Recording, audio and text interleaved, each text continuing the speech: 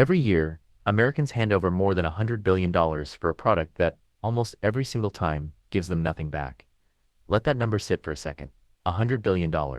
That's more than they spend on movies, music, video games and books combined. One product. And here's the part that should stop you cold. The people buying the most of it are the people who can least afford a single ticket. That product is the lottery, and we've all quietly agreed to call it a game. It isn't a game, it's one of the most profitable businesses ever built, and it runs on a paradox so clean it almost looks designed. The less money you have, the more likely you are to play. The more you play, the more you lose. And the more you lose, the further away the one thing you were chasing actually gets. Round and round. A machine that takes the most from the people who have the least, and sells it back to them as a dream. So let's not waste time arguing about whether playing is smart or stupid. Let's do something more useful. Let's follow the money. By the end of this, you'll know exactly who gets rich from the lottery. And here's your only hint, it's never the person holding the ticket. You'll understand why the people with almost nothing are the ones funding the whole thing. And you'll see how a government quietly built a casino it can't lose, put it on every street corner, and convinced you it was doing you a favor. Start with the odds, because the odds are almost comedy. To win a big jackpot, you're looking at something like 1 in 292 million. Numbers that big don't mean anything to a human brain. So let's translate. You are far more likely to be struck by lightning. Not once, twice. You are more likely to die in the car on the way to buy the ticket than to win anything with it. If you bought 100 tickets a week, every week, you'd likely be waiting tens of thousands of years for a single jackpot. The universe will run out of patience before your numbers come up. Now the part nobody puts on the billboard, the payout. A slot machine in Vegas, the thing we all agree is a trap, pays back around 90 cents on every dollar it eats. It keeps a dime. The lottery, it keeps roughly a third of every dollar that comes in, sometimes more, before a single cent reaches a winner. So the most accessible bet in the entire country, the one sold at every gas station, right there next to the milk, and the lottery's good friend, the energy drink, is quietly one of the worst gambles you can find anywhere on earth. A Vegas slot machine looks generous standing next to it. And a slot machine, at least, doesn't pretend it's funding your kid's classroom. This is the moment someone always says the clever line. The lottery is a tax on people who are bad at math. It gets a knowing little laugh at dinner. It's also completely wrong, and understanding why it's wrong is the whole story.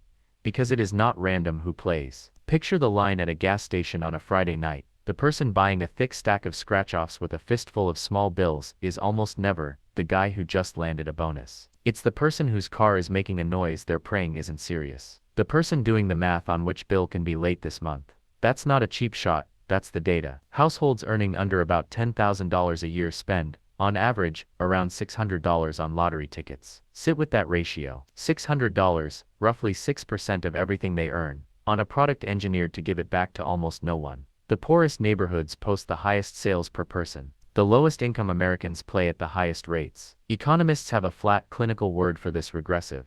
It costs the poor proportionally more than the rich. In plain English, it takes the most from the people who have the least. So the real question was never why are poor people bad with money. It's sharper than that. Why would someone with almost nothing spend 6% of it on the worst odds in town? And the answer is not stupidity. It's a different kind of math entirely. But before we get to that, how did we even get here? Because the lottery wasn't always sitting next to the milk. For most of American history it was illegal, treated as a vice, something you'd get arrested over. Then in 1964, New Hampshire ran the numbers on its own budget and had an idea. What if the state ran the gambling? Sell it as a way to fund schools without raising taxes, and suddenly the vice becomes a virtue. They called it a painless tax, and it spread like wildfire, state after state, all through the 70s and 80s, each one watching its neighbor cash in and not wanting to be left out. And to sell it, they hired the best marketing money could buy. They didn't advertise the odds. God, no. They sold the feeling. All you need is a dollar and a dream. Hey, you never know. Notice what those slogans are doing. They are not selling you a financial product. They are selling you permission to imagine. And nobody was hungrier for that permission than the people the dream was hardest to reach.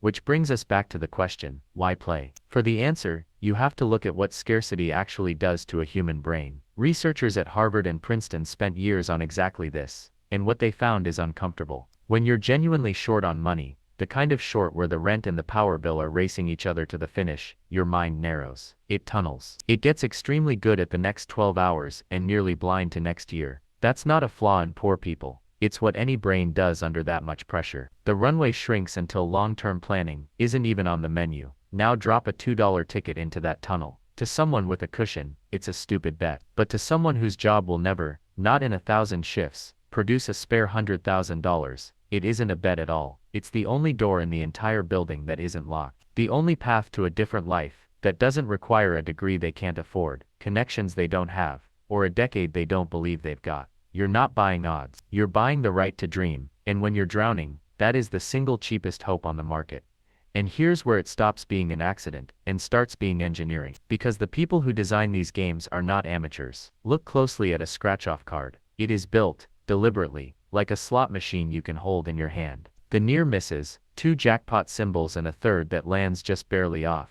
Those aren't bad luck. They're designed in, because a near miss lights up your brain, almost like a win, and makes you reach for the next card. The little payouts that give you back $2 on a $5 ticket, that's a loss, dressed up with a celebration so it feels like a win. Bright colors, the satisfying scratch, instant results. Every detail is tuned to keep your hand moving. And the marketing, by many accounts, tends to land heaviest right when the paychecks do. None of this is illegal, all of it is on purpose.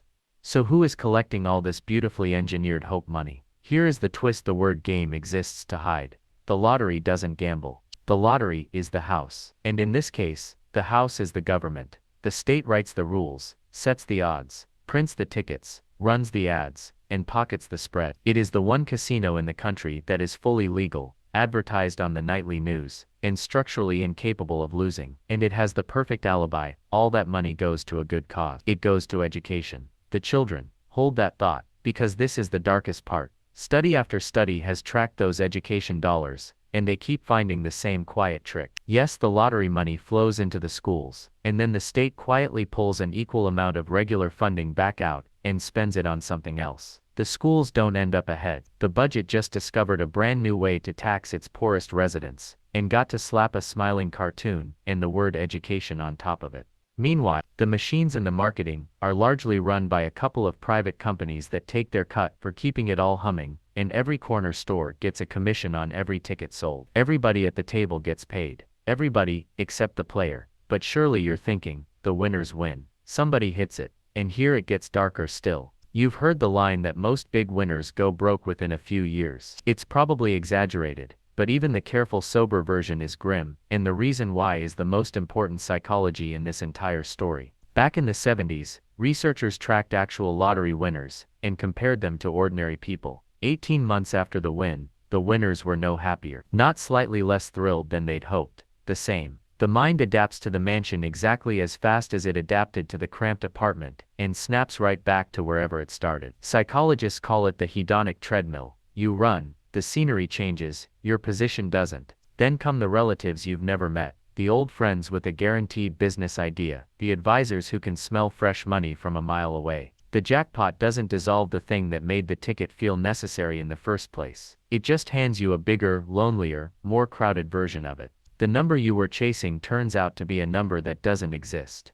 So before we wrap this in a tidy little moral, let's be fair, because the easy take here is also the dishonest one. It's a tax on the stupid is the line that lets everyone off the hook. The state, the system, all of us. But these are not stupid people making a dumb bet. They are rational people buying the only hope priced within their reach. The scandal was never that they play. The scandal is that someone studied exactly how desperation works, measured it, priced it, engineered a product around it, and built a $100 billion industry on the answer. The lottery isn't proof that poor people can't think. It's proof that somebody figured out precisely what they can't stop wanting. That's the lottery, decoded. The only business on earth that earns more, the less its customers can afford it. A government-run casino that can't lose, parked on every corner, selling the cheapest dream in the country to the people with the least left to spend on it. So the next time someone calls it a tax on people who are bad at math, correct them. It's a tax on hope. And hope, it turns out, is the one thing broke people can't afford to stop buying. The house doesn't sell you a chance. It sells you a weekend of believing your whole life could change, and then, quietly, every single time, it keeps the change. And the house of course never buys a ticket.